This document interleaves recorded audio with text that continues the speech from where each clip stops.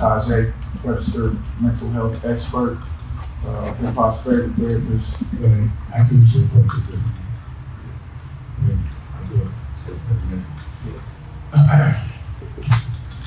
So, it's been a minute, after the end of the world, the COVID thing, I wasn't able to get in front of you and do any therapy for a while, but we've all been very busy. And, because of NFT stuff, and she was telling me about someone that had the same birthday as me. You had the same birthday, right? It was crazy. And she was telling me what he did, and it was something that was related to therapy. And I thought it was very similar to what we were doing. Right. And I think he was taking it to another level. So I'm gonna let him introduce himself, and I wanted to open this dialogue and get back into that groove and that momentum of making sure that we speak publicly, because healing is gangster, So, you want to introduce yourself? Without a doubt, thanks for having me. My name is Kendall Jasper, one half of Doc and the Dude. My younger brother, Dr Kendall Jasper, is my partner and clinical director of ARJ and Jasper Psychological. So ARJ Cares stands for Acceptance, Responsibility, and Judgment. And Jasper Psychological is an adjacent arm to that. We have 10 facilities across 4 different states. It crosses from inpatient therapy, outpatient, in-home, intensive in-home, substance abuse, redirection, re-entry, all kinds of stuff. So you're like a one-stop shop. Yes. You feel like recovery. Absolutely. That's good. But with a main full family service, but main focus on our Right. situations, Yeah. our way. Bro. It's definitely different from the norm of psychology. Without it, all the way. That was the full intention. Yeah. Full intention. Well, as soon as I heard that, I was like, I gotta call you. Because one of the issues about therapy amongst our culture is because none of our culture gets therapy. The study of therapy doesn't come from our culture. Right. So when someone from our culture gets therapy, sometimes it's not the right therapy, most of the time. And, he was speaking that language that you be speaking, the one that I understand. And again, taking it to another level, so I thought it was important to showcase that. And of course, his brother's a doctor, that means his brother's black. Yeah. He's going through certain things that seem similar to what a lot of us have gone through. And to come out in this place, I just think it's important to showcase why therapy is important amongst people that have been through some real shit. Absolutely. So what made you get into this therapy game? Well, the truth of the matter is this. I was on a different path. I was actually trying to find my way back into legitimate society by making a couple of moral errors myself early on. And I started doing that. Business was great. I got into the marketing industry, went back to school, finished up. But my youngest brother, he's a clinical psychologist, and that was his path. First we were both athletes, and athletes, we have one-dimensional mindsets. We think we're going on a trajectory, go to NBA and all that stuff. We got one particular mindset, and when that don't work, other things open up. And when it seemed like it wasn't working for me, it was another big game going on. So, it was late 80s, really wasn't a precedent for what we was about to face. So when he went on his path, he was a doctor. He was in medical school. He was in the PhD program. And he was working for the biggest hospital in North Carolina. And every time somebody black or a person of color had an episode or somebody dangerous, what they always would do is call him and then put him on the people, he'd get him back settled, do it his way, and then they send the person back to the circumstances that got him there in the first place. So he got tired of that. He was like, he came to me and he said, "Oh, bro, I think we can do this ourselves." And I'm like, we. He was like, "Well, you need some money, but this is how it has to go for us to take control of the situation. And it's a tough path to get there because you have to be so financially independent and capable. Because even to start your own thing, you gotta have 6 months of payroll, liquid. Yeah. You know what I'm saying? And then you have to own the facilities, you gotta set it up. So a lot of us don't have that. 6 months ahead of time is a lot. That's a lot. That's some boss. That's boss. What year was this again? It's all started. This was 14 years ago, so 15 years ago now. It's like 2006. Okay. So a lot of this we were talking about was like curriculum and what makes your curriculum different than most. So, I was like curriculum, what's the difference between curriculum and, just getting the therapy or the rehabilitation? Well, they go hand in hand, actually, because with my clients, I do a lot of psychoeducation. Right. Not only do I tell them necessarily what's going on or help them discover what's going on within themselves, I also educate them about the environment. Right. You know what I mean? Because like you said, when you leave out the environment, that's a critical part of therapy. It's like when you have people that like come out of being locked up and you send them to the same environment that got them locked up in the first place with no resources. Right. The chances of relapse are going to be very high. Absolutely. So we have to educate our clients and the people we're trying to help about how can they fit into their environment differently. You know what I mean? How can they react differently to because some people can't afford to escape certain things, as we all know. 100%. But you can become aware and change how you react to that environment. You know what I'm saying? So they go hand in hand. So there is really no separation between the education and the therapy besides the actual execution of the therapy itself. And the implementation too. So the curriculum is the plan you're laying out for that particular person or group of people. Right now, you gotta look at all things and consider. You gotta look at region. Just not just, like you said, you're from Harlem. And Harlem is a different culture than Brooklyn. 100%. LA is a different culture than San Francisco. Absolutely. You know what I'm saying? And Oakland. So you gotta take in consideration the little cultural nuances that happen in each area. And the other part of it is, you cannot diagnose somebody if you don't look at their environment. So many of us, again, misdiagnosed. How you gonna go to somebody's house? I'll give you a perfect example, right? Little 7-year-old kid came into our program. He was already on medicine, right? They sent him to us. He's bugging out. He's addicted. And we like, yo, who diagnosed this kid? Like, y'all ever been to his house? So why'd y'all put him on medication? He's like, well, he couldn't stay still. He was just sober. I'm like, well, we went to his house. There's 7 of them living in a 2-bedroom apartment.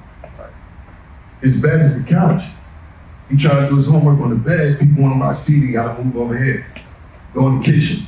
Grandma in the kitchen cooking. You go over here, his sister over here. It's amazing that he can even cope. Yeah. And he's 7 years old. You want him to just stay still? Your boy. And that medicine not gonna do nothing about that. There is no medicine that can make you smarter or pay attention. Right. That's a false. It can make you appear that you are paying attention because it calms you down because you're somewhat sedated. Someone's like, oh, he's paying attention. That's not what he's doing. It gives the appearance, but it's not making them smarter. It's not making them more focused. It's probably just sedating them a little bit so it makes that teacher who doesn't know how to deal with him or her more comfortable because now they can control it. Right, absolutely. Yeah, I agree. There's a lot of misdiagnosis, and especially with kids, which is the worst time to get those diagnoses because it affects them for the rest of their life. Yeah. It affects their placement in school. It affects how they internalize themselves. For instance, if you have somebody who they'll quote unquote say is misbehaving, right?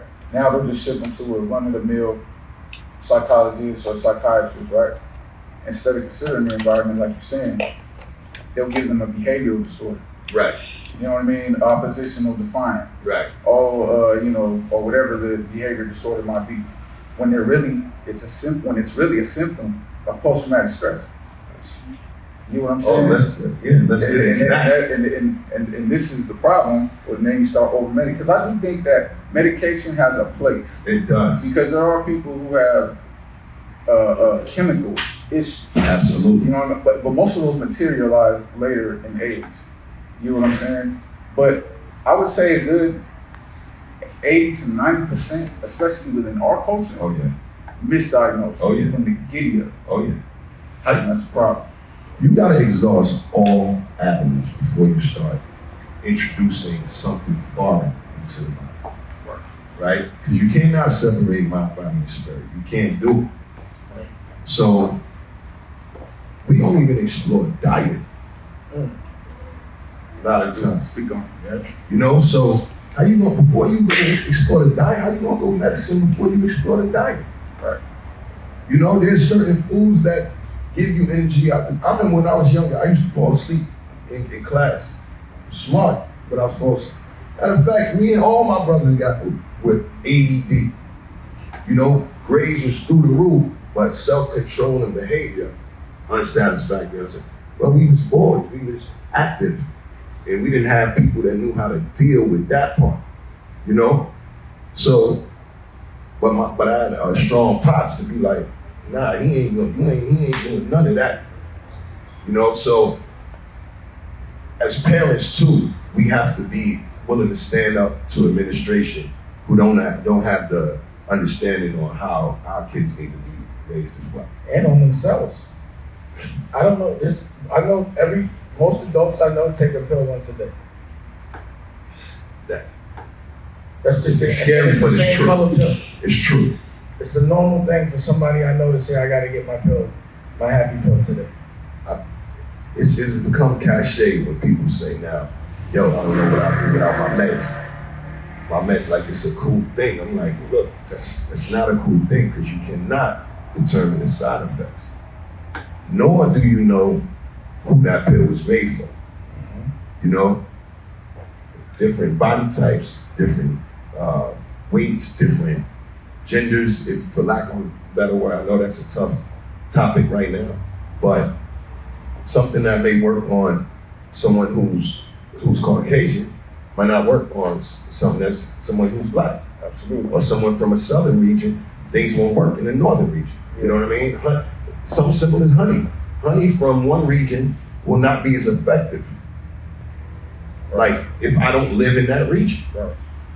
And the reason why that information is scarce to the mass media, or even myself, as you know, I have years and years of being a student. You know, I've done the research, and there's not that much out there. You know, I've had to, you know, I have a paper coming out in a book. That's one of the first researchers to even cover this topic. And you would think, as much of this history that Black people are part of from the beginning, it's crazy how much there's no research on how these therapies affect us. Because like everything else in the country, most things in the country comes from a racist background. So, you know, a lot of the psychology was geared towards the Caucasian white male. Well, they said that as the norm. Yeah, so that's what they study, and that's what and everything, even to this day, the interventions that they will use, and black, Spanish, whatever, they use the same intervention. You know, the guy who who had the most popular prognosis or for diagnosis was a 58-year-old dude from Iowa. right? He never rode the subway. So how's he gonna talk to a kid from the inner city? Who's dealing with oppression, You know? and violence. Right. It's like you almost have to have been oppressed to help someone that's been oppressed to relate. Yeah. You know what I mean? It's Well, like my father was, addicted to heroin, and when he became the director of the methadone clinic because all the counselors used to be heroin addicts. You know what I mean? Look how this works, right?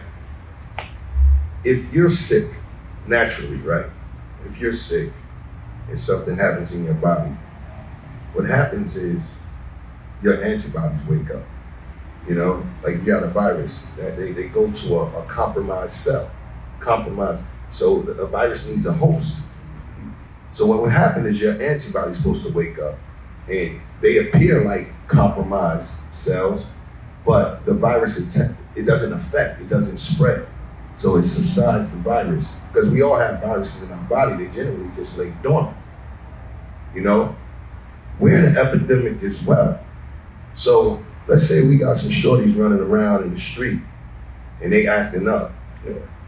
You gotta send them antibodies to get them. You can't send a healthy cell to get them. Right. You gotta send a cell that's been through something. So to fight it. Like one of us can grab a shorty, be like, yo, yeah. I know you wanna take his head off, right? But chill, let me show you another way. And he's gonna feel that it's like something familiar about this. Right. You know, but that's the same way we have to approach therapy in our communities. You cannot send somebody who is not familiar with those circumstances and then think you're gonna have a significant change. Exactly, and a prime example of this is, for instance, the general therapy that people tend to think about, right? The goal of it is that they come in wanting this ultimate peace, right? They think it's like this ultimate like chi that they get, like magically. Yeah. You know what I'm saying? Now, what they don't understand about living in the neighborhood that we come from, all right? They have something called, and we've talked about this, the cognitive behavioral therapy approaches, right? Which are evidence-based. Yes. And they do have a good track record with certain things, right? But part of cognitive behavioral therapy, if you're working with a child that's from the hood, right, is you sit there and go, you analyze their anxiety, right? You sit there and go, all right, well, if I'm talking to a white kid and then he has a fear of death or he has a fear of violence, you can look at his environment and say, do you really have this around you? And through therapy, they're able to analyze it logically and say, no. So what am I tripping about? So then that starts the therapy of them getting out of their anxiety because they're able to look around them and say, well, what am I worried about? Mm-hmm. I'm fine. You know what I'm saying? Mm-hmm. Even the ones that come back from the army, mm-hmm. they come back to their, their environments that aren't plagued with these problems. Now you talk to a kid that comes from the hood and you sit there and he logically analyzes his environment like we have, like I've had to. You sit there and go, can I really go to the liquor store and get shot for no reason? Yeah. Yes, you can. Yeah. So they have yet to find this balance because there is no research on our people about this, about the balance between being hypervigilant, but also ready for the. Absolutely. And that's something that we have that's unique to our culture because that exists, not just with our own. We've had, look at what's going on with the police. We're threatened every single day. So how do you administer therapy to a kid like that who really has those problems? And that's why we need more faces like yourself. Some of the things that you're doing in the communities with the centers mm-hmm. and things like that. Because people like us that's sitting here, we understand the nuances that go into coming up in that environment. And to even the well-intentioned people that want to help, right. and we welcome it because we need all the help that we can get. You know what I'm saying? But if they don't come from that environment, it's hard to understand what that is. 100%. You know what I'm saying? And as you spoke about curriculums earlier. Right. We need tiered curriculums. We need curriculums that are for parents. We need curriculums for relatives, full family services. Right. To show what stage you need to deal and meet somebody. I was fortunate because obviously my brother is a doctor and I've seen it work early on because I was skeptical. Everybody used to tell me, yo, you need a therapist. I'm like, yeah, I'm not doing that. But I watched my brother transform people. And when you get involved in something, your money and your time is invested, you get close to it. So you gotta really invest in it yourself. Yeah. So I see him show up with his Jordans on, his hat on backwards. I've seen dudes come in, especially the young adolescent teenagers, because even in prison, that's some of the wildest wings you ever gonna see, them adolescent wings. Yeah. They come in, they don't wanna talk. They don't wanna talk. They here because they mandated to be here. So they sitting in there, they might see my brother, they might see me. You ain't talking, we ain't talking. And then little stuff come out. Yo, what you doing here? I'm just waiting for this doctor to come, see what he about. Yeah. You know, maybe you put on some music. We all like the same type. Right. You know what I'm saying? And you be like, yo, what you know about this doctor? You know, I seen the kids say, what you know about this doctor? My brother like, already cool, you know? I see, but I seen the systemic breakdown, you know what I mean? Yeah, that's that report, that's that therapeutic bond. Absolutely, absolutely. And another thing, we need to treat the household. You can't treat just the individual. Yeah, absolutely, it's a system. The household be the reason for the trauma in the first place. Right, so everybody's accountable. And that's why you gotta go there. You gotta show people, listen, I'm here on with good intention. And the hood gonna receive you well. We done went into some serious environments. Yeah. But if dudes know that you there for help, they be like, you know what? Cool. I mean, we went into the trap house, right? They ain't had no, I'm in there, I'm like, yo, y'all need to turn the lights on. They like, yo, lights ain't been on in 3 months. Yeah, that's a band, we call that a band dog. Right, so I'm like, man, so we come out, we said, let's do this outside. You know, because, you know, we ain't fools, we come in prepared, you know, but let's do it outside. Man, within 30 minutes, we doing a whole group therapy outside.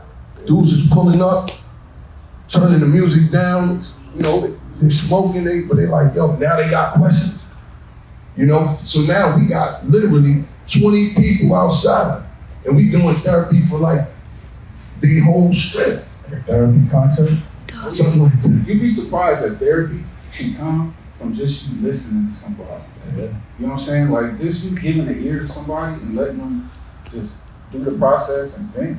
That's therapy in itself. Why do you think hip hop is what he with us? Because that's the only therapy that we have for so long, because dudes wouldn't go see therapy.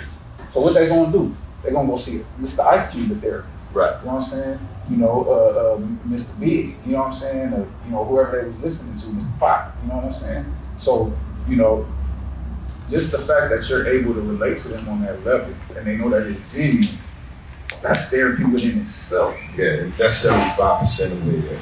Yeah. That's 75% of the way there. Like, just even this platform, right? So like, they ain't bringing this type of energy forward changes things dramatically. Because there's a certain kind of person that looks at him in a way to say, nah, I respect that kind of gangster. So, okay, healing is, I gotta listen. You know what I'm saying? I done listen to, either directly or indirectly, I listen to some of his instruction anyway, you know, from what, mid-90s? You know what I'm saying? Right. You hearing it, it's whatever has access to the brain gonna control the brain. So a lot of the shit you heard, oh, he's woven all in between that. So why not listen to this? So when you say, yo, I wanna shine a light on this and give some exposure, that means everything. Because we need real, qualified, credible people talking about something so serious.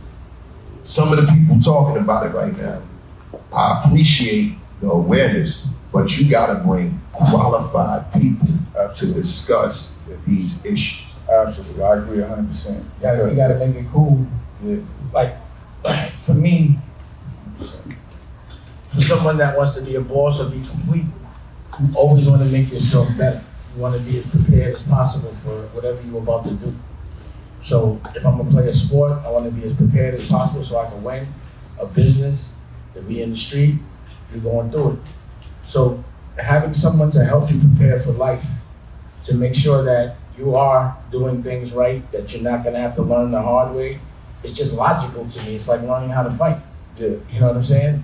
So if you're in a better place than everyone else around you, you also begin to recognize other people's insecurities. So you understand why they're doing what they're doing and you know not to react a certain way. You know what I mean? So like, my biggest problem when I was in corporate America was they were triggering me. They were saying things that in the street that would get you hurt, and you can't do nothing. Right. So in that moment, I'm like, damn, now I feel soft. Now I feel disrespected. And it's gonna keep happening. I need to make an example, and I can't do but yell. Because people didn't understand where I came from, you know, genuinely, a lot of that, like one of those things, you could not come back out. Right. Yeah. You just can't. Yeah. I couldn't allow it because then it would bring so much focus on me to become a victim. So just learning how to deal with that, it came with someone else helping me objectively that didn't have a dog in the fight, that had been through it some way, shape, or form, to explain to me, I know how that feels. You know what I'm saying? Because it happened to me. And this is the way you gotta deal with it. You know what I mean? It'd be like, certain people would disrespect me and I'd be like, I couldn't deal with it. To my OGs, they'd be like, if it was one of us, it should bother me.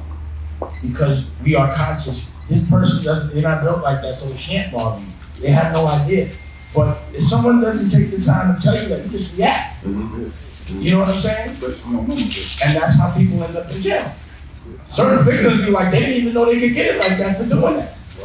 You know what I'm saying? So if you can understand how to recognize triggers and stay away from people that pull them, which is what I did, and I've changed my whole life and the people I was around, environment, everything. Because at the end of the day, you don't really ever heal from that bothers you. You just know how to control it. You know how to deal with it and recognize it and stay away from it. You know? And then when you see somebody doing something, to compare it, like, oh, I remember being that same person. So I want it to be cool, to make it where you're never out of pocket. You know, that you always are one step ahead of everybody because you're so prepared. You know, it's hard to recognize someone's faults if you can't recognize your own. You understand what I'm saying? Conflict resolution is a big deal, especially with our communities. You say the word disrespect. That is the most common word in any conflict. You saw the Floyd? Yeah. That was a clear example that dude doesn't know how disrespectful that was. But, you know what I'm saying? But it's just a hat. What if I told you? What if I told you that no one can ever disrespect you? It's a mathematical equation. You know, like you say, two negatives make power. Respect. It's a trilateral. Before you get to disrespect, you got respect. You got spec. Spec first. SPEC. That's to see. It means to see. Right? And it's very root, and it's Latin root. And you see the word SPEC in so many things. You know, spec, respect, disrespect, introspection, spectrum, species. Right? Group of organisms that see similarities between each other. So they know how to communicate with each other. But it starts with respect. The way I see myself. The way you see me is only a reaffirmation of the way I see myself. That's where respect comes from. You know? So like Dr. Ben Constant has a quote. He says, I only interact and debate with my peers. True. All others I teach or I don't see. Right. He doesn't mean visually. He means we are not the same. So if I see myself a certain way and you reaffirm that, you either respect me, you respect me. So either you respect me or you don't. Disrespect now comes back on me, right? Now, if I do something disorderly, so dude didn't disrespect Floyd, dude did something disrespectful, he disrespected himself. Yeah.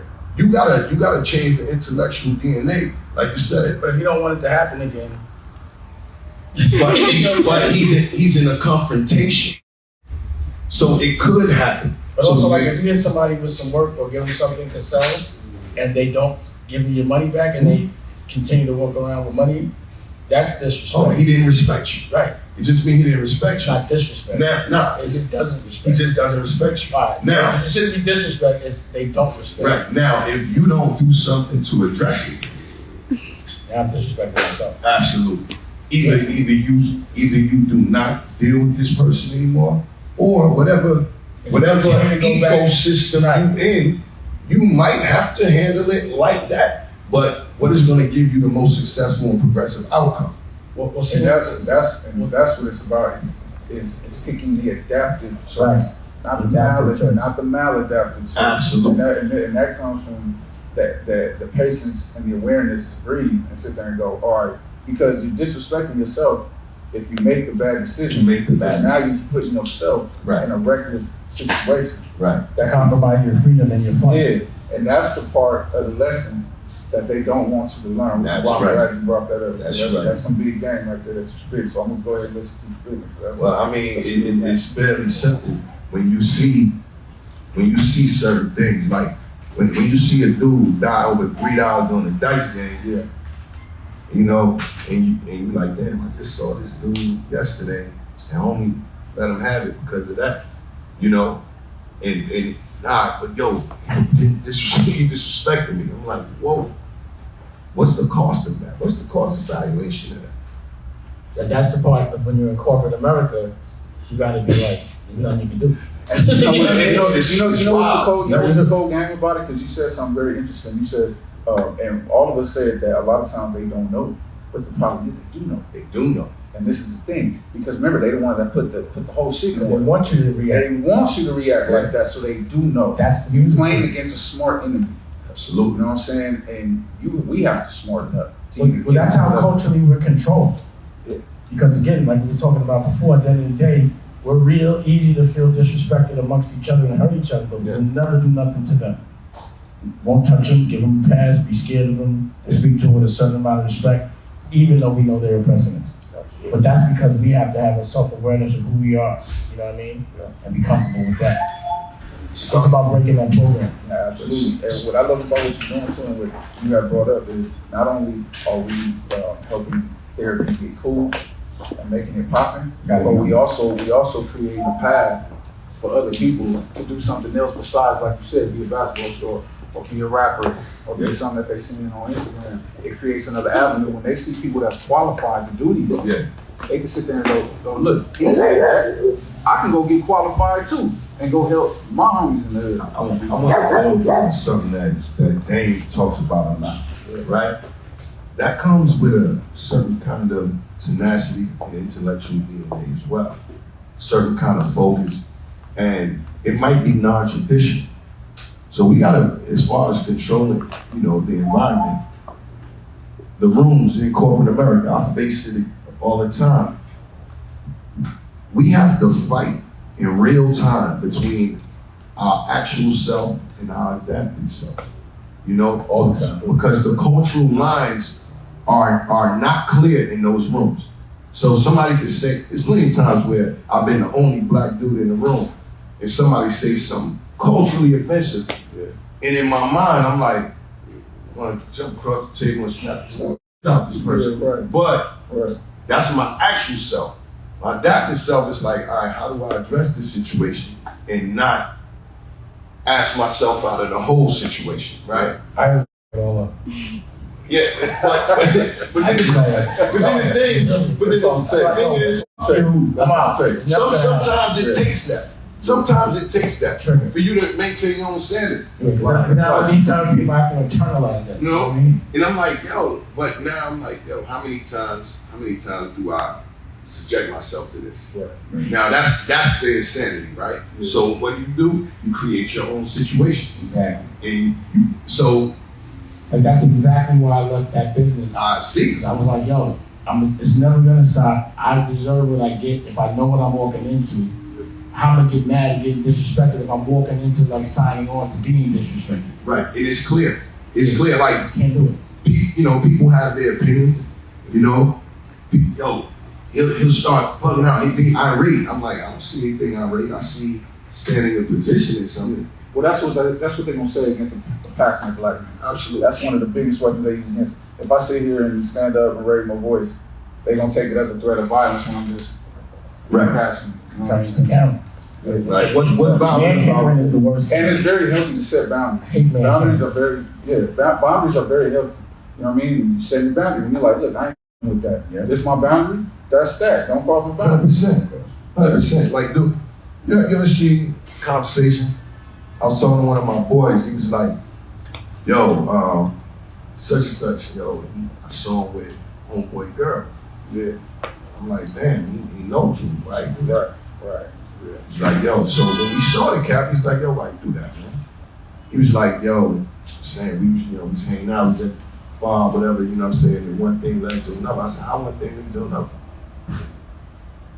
I said, you know how? Because you don't have no boundaries. Yeah.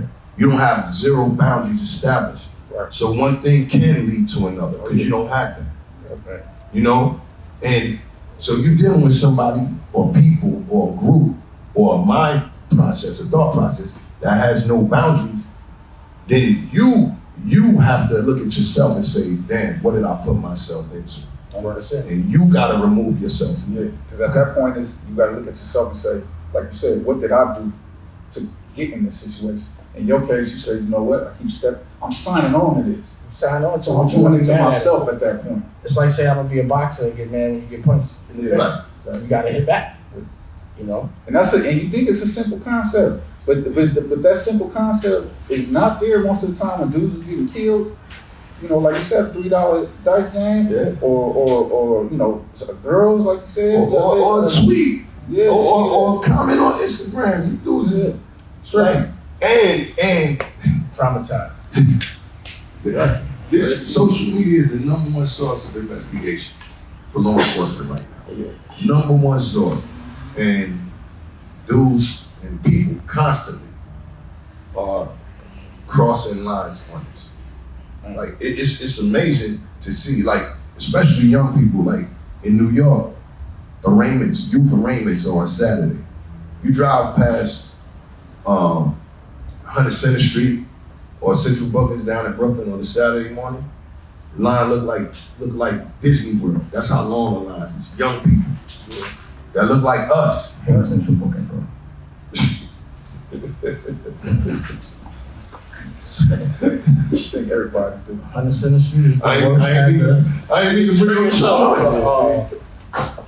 That's gonna be a therapy session. Yo, we all do. But like, as I'm saying, Everybody hates the Central. bad decisions start with your processing of thought and how you interpret the situations around you. You know?